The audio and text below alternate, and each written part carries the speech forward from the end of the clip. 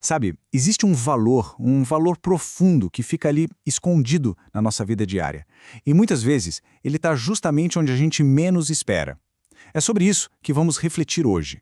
Vamos juntos mergulhar nessa ideia que é ao mesmo tempo delicada e muito, muito poderosa, a de encontrar o ouro do dia comum. Olha só que pensamento.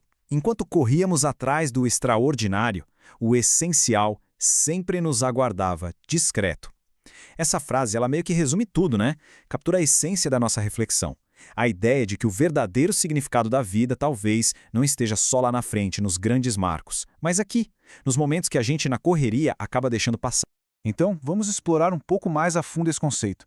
A busca por um sentido, por um significado, é algo que todo ser humano sente. É universal, mas a grande questão é, onde é que a gente tem procurado por ele?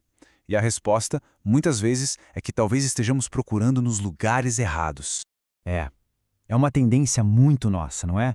Pensar que a vida de verdade, aquela que vale a pena, tá lá, nas grandes conquistas, nos pontos de virada.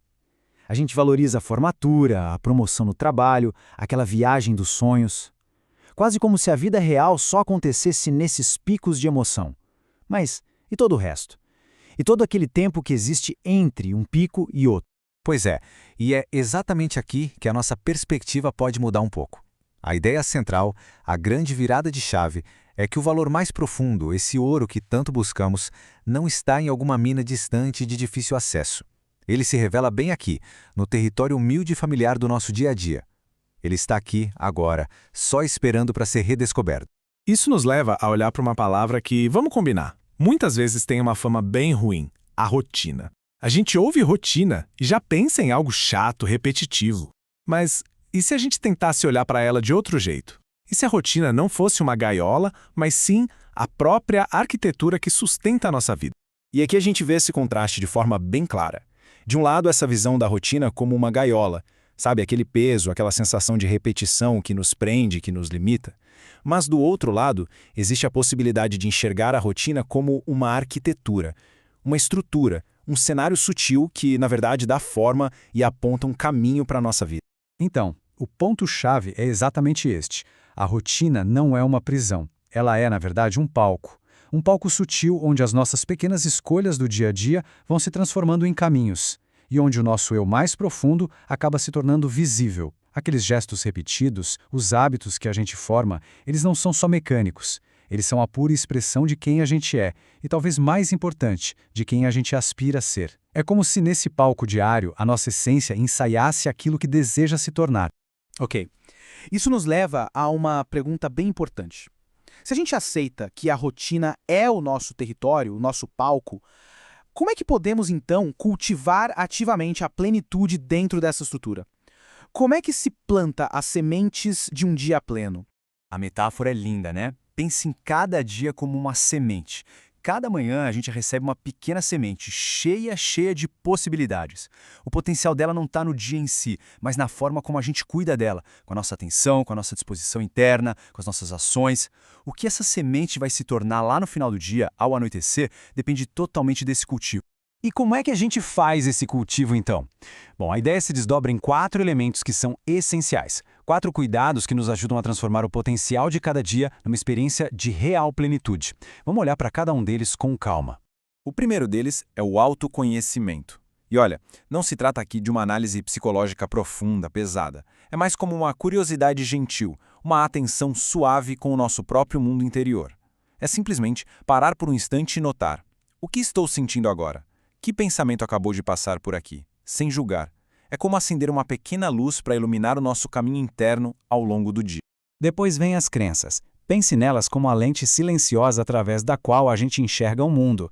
Elas são como o clima interno que vai permitir ou não que a nossa semente do dia germine, porque são as nossas crenças mais profundas que moldam a nossa realidade, que dão cor a cada evento, desde um simples café derramado até uma notícia inesperada. É essa lente que define como a gente vai reagir. O terceiro elemento é o propósito. E aqui é importante entender que não se trata de um grande destino final lá no horizonte. É mais como um ritmo, uma bússola interior que dá direção e significado para as nossas pequenas ações diárias. É o que conecta nosso trabalho, nosso descanso, nossas relações com um sentido de verdade. É o que garante que cada pequeno passo esteja apontando para a direção que a gente quer crescer. E por fim, claro, a prática, porque, intenções sozinhas não florescem. Não adianta nada ter a semente e não cuidar dela.